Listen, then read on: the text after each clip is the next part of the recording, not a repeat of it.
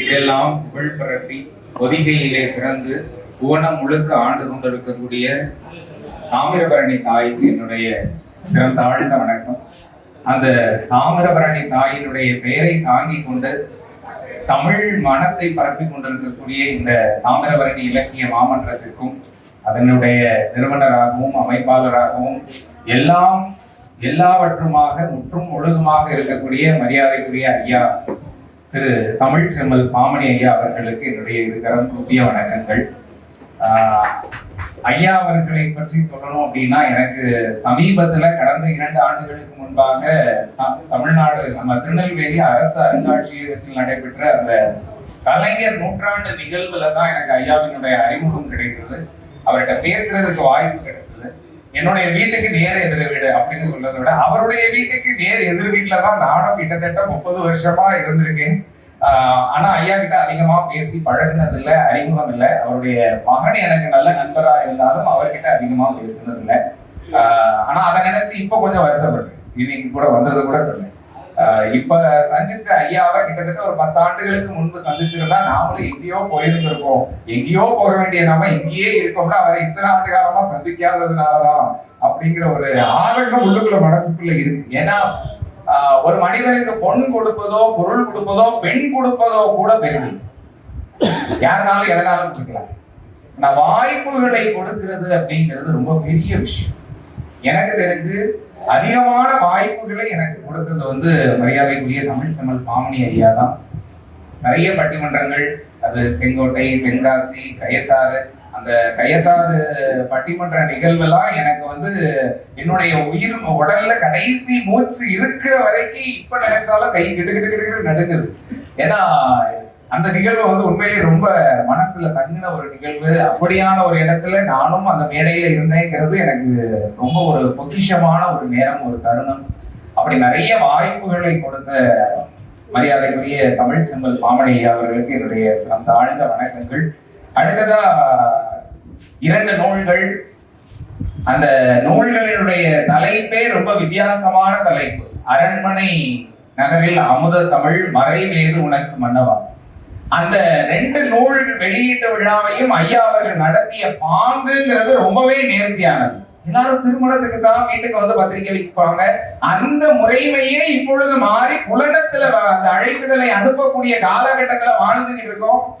மரியாதைக்குரிய தமிழ் செம்மல் பாமணியை அடிக்கடி சொல்லுவாங்க, பட்டிமன்றங்கள் எல்லாம் சொல்லுவாங்க, என்னுடைய நண்பன் பத்திரிகையை வாட்ஸ்அப்ல அனுப்பினா நான் 500 ரூபாய் நோட்டை போட்டோ எடுத்து பதிலுக்கு அனுப்பி விட்டுட்டேன் அப்படின்னு சொல்லுவாங்க, நகைச்சுவைக்காக.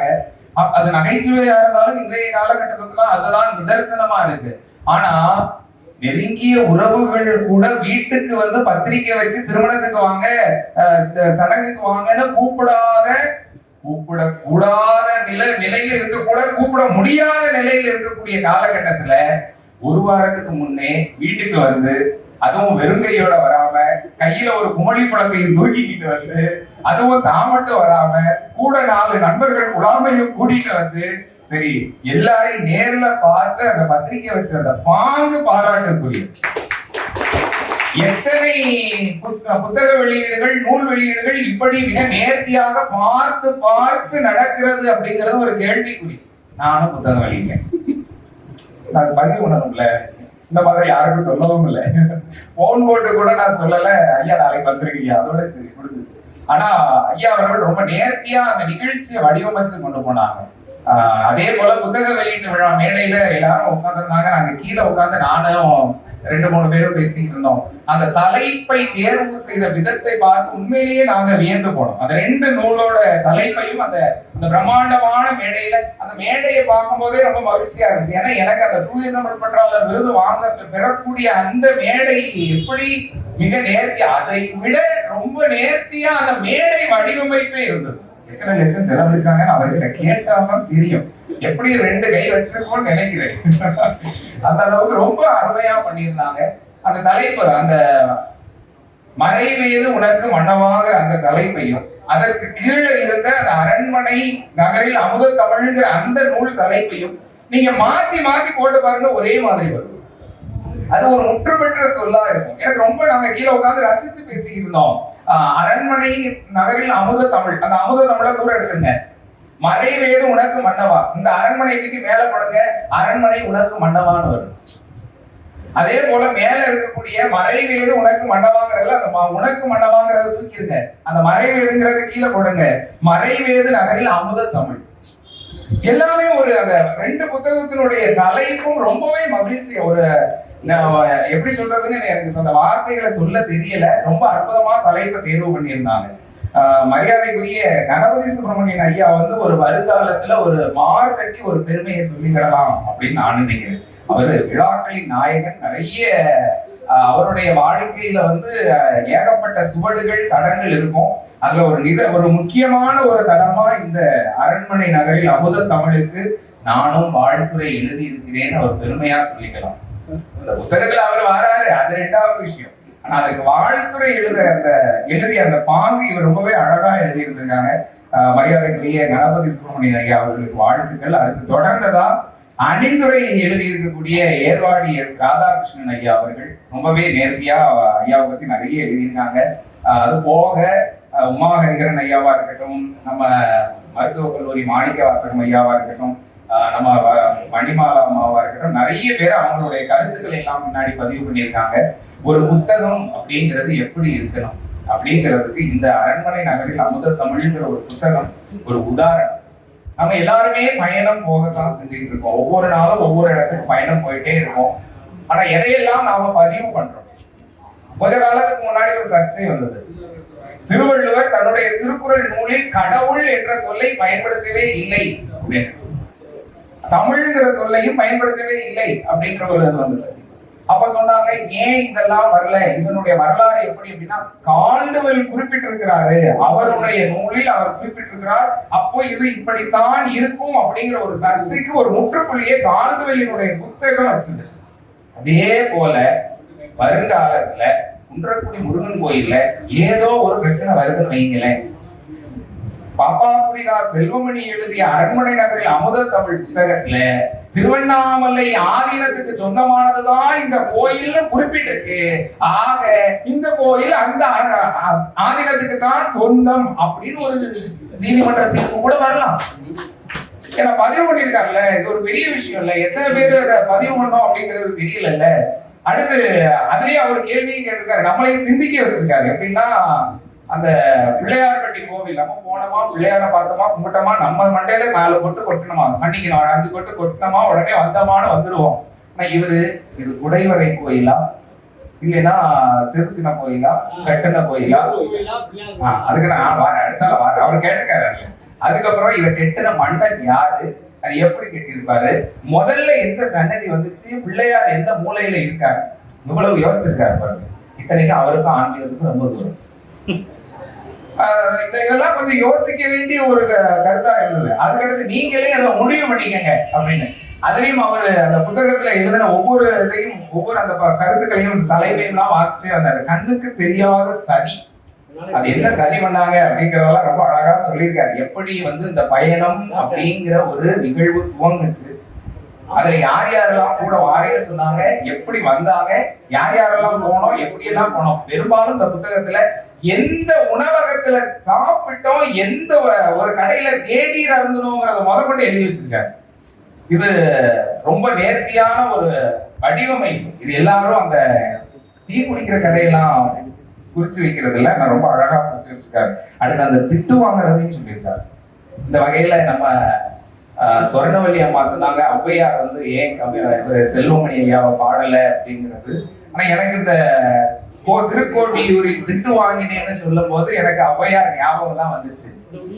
திருக்கோட்டியூர் தானே, கோஷ்டியூர், திருக்கோஷ்டியூர்ல நான் திட்டு வாங்கினேன் அப்படின்னு. சரி, திருக்கோஷ்டியூர்ல திட்டு வாங்கினேன் அப்படின்னு. புலி போட்டு கடந்து போயிடுவோம். அந்த ஊர்ல திட்டு வாங்கினேன். ஒருத்தர் வந்து நம்ம திட்டு வாங்கினதெல்லாம் வெளியில சொல்ல மாட்டோம். அந்த ஒரு தைரியம் வந்து யாருக்கும் கிடையாது. இப்ப நான் தான் இருக்கேன், யாரையாவது பிரபோட திட்டினேன்னா சிவசெல்வமாருக்கு தெரியும், திட்டினாலும் பிரபோடா எதையும் வெளியில சொல்ல மாட்டாரு. அதே போல என்னைய பாமணி ஐயா திட்டினாங்க, நம்ம துணை ஆட்சியர் தியாகராஜன் ஐயா இங்க திட்டாங்க அப்படின்னு நான் வெளியில என்னைக்கு சொல்லிக்கிற மாட்டேன். வெளியில சொல்லக்கூடிய திட்டம் சொல்ல முடியாது. ஆனா அவர் அதை ஒரு பாடமா சொல்லியிருக்காரு பாத்தீங்களா. ஔவையார் சொல்லியிருப்பாங்க, அந்த நாவல் பழம் வேணுமான்னு கேட்ட கதையை படிச்சு பாத்தீங்கன்னா தெரியும். அந்த பாட்டி, அந்த ஔவை பாட்டி தோத்து போச்சு. மாடு மேய்க்கிற சிறுவன் கிட்ட ஔவை பாட்டி தோத்து போச்சு. ஆனா அந்த பாட்டி அதை தெளிவா பதிவு பண்ணுச்சு. எப்படின்னா, இதே இது நான் அந்த இடத்துல ஔவையார் பாட்டி இடத்துல இருந்து எனக்கு ஒரு நாவல் பழம் இருந்து கிடைச்சது வந்தது அப்படின்னா நானே கண்டுபிடிச்சதா ஒரு குருடா விடுவேன். அதாவது நாவல் பழம் கீழே விழுந்து எடுத்தால் அதுல மண் ஒட்டி இருந்தா அது சுடும், மண்ணு ஒட்டலைன்னா சுடாது. இது என்னுடைய அரிய பெரிய கண்டுபிடிப்புன்னு நானே ஒரு பெரிய பேப்பர்ல விளம்பரம் கொடுத்திருப்பேன். ஆனா அந்த ஔவை பாட்டில மிக தெளிவா, அந்த கருங்காலி கட்டைக்கு நானால போடாடி இது கதலிக்கு தண்டுக்கு நானோ, இது அந்த மாடுமைக்கு சிறுவன் தான் சொன்னான், நான் சொல்லல அப்படின்னு அந்த ஔவையார் ரொம்ப தெளிவா சொல்லிச்சு. பாத்தீங்களா, வாங்கின புட்டை தெளிவா சொல்லிச்சு. அதே போல ஐயாவும் ரொம்ப அழகா நேர்த்தியா சொல்லிட்டாரு. இது அவர் சொல்லாம தவிர்த்திருக்கலாம், நம்மளை திட்டிட்டு ஐயா. ஆனா இவர் பதிவு பண்ணது உண்மையிலேயே மிகப்பெரிய ஒரு உன்னத விஷயம். புத்தகத்துல எனக்கு ரொம்ப பிடிச்ச ஒரு தரமா நான் பாக்குறேன். ஏன்னா இன்றைக்கு பெரும்பாலான ஆலயங்களுக்கு போனீங்கன்னா முதல்ல நாம தூக்குறது இந்த செல்போனை தான். அது போட்டோ எடுத்து அதை வீடியோ கால்ல காமிச்சு, வாட்ஸ்அப்ல வீடியோ கால்ல எங்கேயோ இருக்கிறவங்க எல்லாம் காமிச்சு, இதெல்லாம் நிறைய நடக்கும். நான் உங்க எப்படி சொல்றது தெரியல, நானும் இதே நெல்லையப்பர் கோயில்ல ஒரு சிவனடியா தான் இருந்தவன் தான். இன்னைக்கும் நெல்லையப்பர் கோயில தான் இருக்கோம்னு வைக்கல. அந்த பள்ளி அறைக்கு செல்லக்கூடிய காட்சியை கூட புகைப்படம் எடுக்கக்கூடிய, அந்த காணொலி எடுக்கக்கூடிய காட்சியெல்லாம் நாங்க பார்த்துருக்கோம். ஒரு கட்டத்துல எனக்கு மனசுக்கு ரொம்ப நெருடலான ஒரு நிகழ்வு என்னன்னா, இதே நெல்லையப்பர் கோவில்ல காந்திமதி அம்பாளுக்கு வளகாப்பு உற்சவம் நடந்துட்டு இருக்கு. அந்த அம்பாள் சன்னதியில அந்த உற்சவர் விக்கிரகம் இருக்கு. அந்த விக்கிரகத்துக்கு புடவை மாத்திக்கிட்டு இருக்காங்க. 7ஆவது நாள் மடிங்க, 4ஆவது நாள் மடி நிறைச்சு புடவை மாத்திட்டு இருக்காங்க. அந்த நேரத்துல ஒரு அம்மா செல்போனை கொண்டு வந்து அந்த புடவை இப்படி தூக்கிட்டு, அந்த ஸ்கிரீனை தூக்கிட்டு அந்த போனை கொடுத்து போட்டோ எடுத்துச்சு. அப்போ ரொம்ப கஷ்டமா இருந்துச்சு. உடனே நான் அந்த அம்மா கிட்ட கேட்டேன், உங்க பொண்ணு இப்படி நிக்கும் போது ஒருத்தர் இப்படி போனை கூட சொல்லுன்னா போட்டோ எடுத்தா நீங்க ஒத்துப்பீங்களா? அவளை சிலையா பார்க்காதீங்க, தெய்வமா பார்க்காதீங்க, உங்க மகளா, உங்க தாயா, உங்களுடைய தமக்கையா பாருங்க, நீங்க போட்டோ எடுக்க மாட்டீங்க இந்த சூழல்ல அப்படின்னு சொல்லி சொன்னேன். ஆனா இது நிறைய பேருக்கு எப்படி இருந்ததோ அதுல அப்பா கொஞ்சம் பெரிய சர்ச்சையாவே வந்துச்சு. ஆனா இவர் சொன்ன இந்த கருத்து நிறைய பேருக்கு பாடமா இருக்கும். பெரும்பாலும் கோயிலுக்கு போனா அந்த இயற்கையை ரசிக்கல, அந்த சிலைகளை ரசிங்க, சிற்பங்களை ரசிங்க, அந்த விக்கிரகங்களை ரசிக்கலாம். அதை விட்டுட்டு உடனே போட்டோ எடுத்து அவர் ரொம்ப அழகா அதை நேர்த்தியா முடிச்சுட்டாரு. எப்படின்னா, நான் எடுக்கல, அதை எடுத்தது வந்து தூரத்துலதான் எடுத்தேன், அது சரியா விழல, இத்தனைக்கு சாமியை எடுக்கல, அவர் சாமியை எடுக்கலங்கிறத அவரே ஒத்துக்கிட்டாரு. ஆனா இல்ல அதெல்லாம் சொல்ல விரும்பல. அப்ப அது எப்படி உங்களுக்கு தெரியும் அப்படின்னா, ஒருவேளை நீங்க அதை எடுக்கிறத பாத்துட்டு இருந்தீங்களா, நீங்க தான் எடுத்து கொடுத்தீங்களான்னு தெரியல. ஒருவேளை நீங்க கூட நீங்க எடுத்திருந்தீங்களா அவர் பாத்துக்கலாம். சரி, இப்படி நிறைய அந்த புத்தகத்துல அரண்மனை நகரில் அமுத தமிழ் அந்த இந்த புத்தகத்துல அவர் பதிவு பண்ணது என்னையா, இந்த புத்தகத்துல அவர் ஒரு ஆரம்பத்தையும் ஒரு பதிவு பண்ணியிருக்காரு. எப்படி அப்படின்னா, உலக நாடுகள்ல இருந்து வந்த கவிஞர்கள் நிறைய பேர் அந்த அவங்க நாட்டு அந்த கொடியெல்லாம் ஏற்றிருக்காங்க. அப்ப நம்ம நாட்டு கொடி நம்ம ஏற்கலையே அப்படிங்கிற ஒரு ஆதங்கம் அவருக்குள்ள இருந்திருக்கும் அப்படின்னு நினைக்கிறேன். ஆனா கவலையப்படாதீங்க, தேசிய கொடி ஏற்கிறது அப்படிங்கிறது ஒரு மரபு. ஆனா எனக்கு தெரிஞ்சு உங்கள்ட்ட படிச்ச மாணவ மாணவிகள் எல்லாருமே அவங்களுடைய மனசுல நீங்க அந்த தேசிய கொடியை விட உயர்ந்த இடத்துல உங்களை வச்சிருக்காங்க. ஏன்னா ஐயா அவர்களுடைய எல்லா நிகழ்வுகளிலும் ஏதாவது 2 மாணவர்கள் மாணவிகள் வந்திருப்பாங்க. நானும் வாத்தியார், என் பிள்ளைகள் ஒரு பிள்ளைகள் வராது. ஏன்னா 4 10க்கு மேல பெல்ல அடிச்ச உடனே ஓட்டமா ஓடிடும். ஏன்னா நில்லுல கதவு கூட்டுற வரைக்கும் நின்றுட்டு ஆஹா நான் ஓடுறேன்னு ஓடிடும். ஆனா பணி நிறைவு பெற்று கிட்டத்தட்ட ஓராண்டு முடிஞ்சிருச்சு என்னங்கய்யா. அப்போ 1.5 ஆண்டுகள் தாண்டியும் தனக்கு கற்றுக் கொடுத்த ஆசிரியரை மதிக்கணும், அவர் சொன்ன பேச்ச கேட்கணும், அவர் ஒரு நிகழ்வு நடத்த நம்ம போனோம், ஏன் அதுல நாம ஒரு வாழ்க்கையை எழுதணும், ஒரு குறிப்பு எழுதணுங்கிற அளவுக்கு இவர் அந்த மாணவ மாணவிகிட்ட அவ்வளவு அன்பா இருந்த அந்த ஒரு ஆசிரியர் மாணவர் உறவு முறை ரொம்ப நெகிழ்ச்சிக்குரியது. அதே போல ஐயா அவர்களை நான் பார்த்திருக்கேன். நான் பள்ளிக்கூடத்துக்கு போகும்போது இங்க தாண்டி தான் போவார். எனக்கு அப்பவும் தெரியாது. அவருடைய அந்த கார்ல பின்னாடி எழுதியிருக்கும் தமிழ் அகம் அப்படின்னு எழுதியிருக்கும். அந்த வரியை நான் அடிக்கடி பார்ப்பேன். பெரும்பாலும் அந்த காட்சி மண்டபத்தை தாண்டும் போதுதான் பார்ப்பேன். அந்த வேகமா போவார், பயங்கர ஸ்பீடு அவர் கார். அந்த தமிழ் அகம் அப்படிங்கிற அந்த வார்த்தை எனக்கு ரொம்ப பிடிக்கும். இப்பவும் அந்த காட்சி மண்டபத்தை தாண்ட போது அந்த தமிழகம் கார் வருதா அப்படிங்கிற ஒரு சில நாட்கள்லாம் நினைச்சது உண்டு. அந்த அளவுக்கு ரொம்பவே அவரு நிறைய கருத்துக்களை இதுல எழுதியிருக்காரு. அந்த அரசு அருங்காட்சியகத்துக்கு போனது, அதுக்கப்புறம் அந்த மதிய உணவு எப்படி இருந்துச்சு, எப்படி எல்லாம் கவிதை வாசிச்சாங்க, அந்த சேது குமண வள்ளல்னா யாரு, அதுல அந்த படத்துல நான் ரொம்ப ரசிச்சு பார்த்த படம்னா நீங்க அந்த 29வது பக்கம் ஒரு படம், உங்க கையில அந்த புத்தகம் இருந்தா அந்த படத்தை எடுத்து பாருங்க. எல்லா இடத்துலயும் அந்த புகைப்படத்துல நிக்கிறவங்க எல்லாரும் உருன்னு நிற்பாங்க. அந்த 29வது படத்துல பாருங்க, அவ்வளவு வெறுப்பு ஒரு பொன் சிரிப்பு. அதுலயும் நம்ம கணபதி சுப்பிரமணியன் ஐயாவுக்கு தான் பயங்கரமான ஒரு சிரிப்பு. படத்தை பாருங்க, அவ்வளவு வெறும் அவ்வளவு ஒரு பொன் சிரிப்போட பயங்கரமான ஒரு மகிழ்ச்சியோட அந்த படத்தை எடுத்திருக்காங்க. நானும் வேற எங்கேயாவது இந்த மாதிரி சிரிப்புள்ள படம் இருக்கான்னு அப்ப இந்த புக்கு புரட்டி பார்த்தேன். ஆனா அந்த 29வது பக்கத்துல இருக்கிற படம் அளவுக்கு வேற எந்த படமுமே இவ்வளவு மகிழ்ச்சியை கொடுக்கல அப்படிங்கிற மாதிரி யோசிச்சேன். இப்படி இந்த புத்தகத்துல இருக்கக்கூடிய ஒவ்வொரு கருத்துக்களுமே ஒவ்வொரு பக்கங்களுமே நிறைய கருத்துக்களை சுமந்திருக்கு. நாளைக்கு என்னென்ன அந்த சாகித்ய அகாதமி விருது கொடுக்கறதுக்கு கிட்டத்தட்ட ஒரு 13-14 பட்டியல்கள், வழிமுறைகள், நெறிமுறைகள் இருக்கு அப்படின்னு சொல்லுவாங்க. அதுல இந்த பயண கட்டுரையும் ஒன்று அப்படின்னு ஒண்ணு இருக்கு. பயண கட்டுரைகளுக்கும் சாகித்ய அகாதமி விருது வழங்கப்படும். அப்படி அந்த விருது வழங்கப்படுங்கிற தகவல் உங்க எல்லாருக்கும் தெரியும் நினைக்கிறேன். ஒருவேளை ஐயா அவர்கள் இந்த புத்தகத்தை அந்த விருதுக்கு விண்ணப்பிப்பார் என்றே எண்ணுகிறோம். நிச்சயமாக இந்த புத்தகத்திற்கு விருது கிடைக்கும் என்ற நம்பிக்கையோடு இந்த புத்தகத்திற்கு என்னுடைய மனமார்ந்த வாழ்த்துக்களை பகிர்ந்து ஐயா அவர்கள் இது போன்ற மென்மேலும் பல நூல்களை படைத்து